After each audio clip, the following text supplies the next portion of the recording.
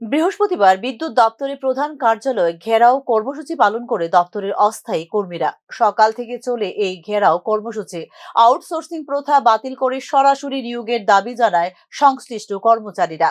শুধু তাই নয়, দীর্ঘ কয়েক মাস ধরে বকেয়া বেতন অবিলম্বে রিলিজ করার দাবিও জানিয়েছেন অস্থায়ী কর্মচারীরা। একই সাথে তাদেরকে শ্রমিক আইনের অন্তর্ভুক্ত করার দাবিও জানিয়েছেন সংশ্লিষ্ট কর্মচারীরা। আমাদের আউটসোর্সিং প্রথাকে বাতিল করে সরকারি সরাসরি বিদ্যুৎ দপ্তরের অধীনে নিয়োগ করতে হবে।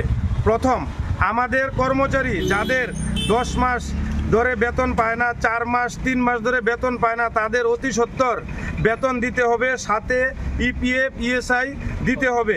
আমাদের শ্রমিক আইনে অন্তর্ভুক্ত করে অর্থ প্রদান করতে হবে। সব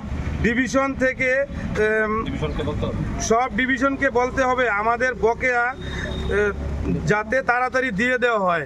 এটাই আমাদের মূল বক্তব্য।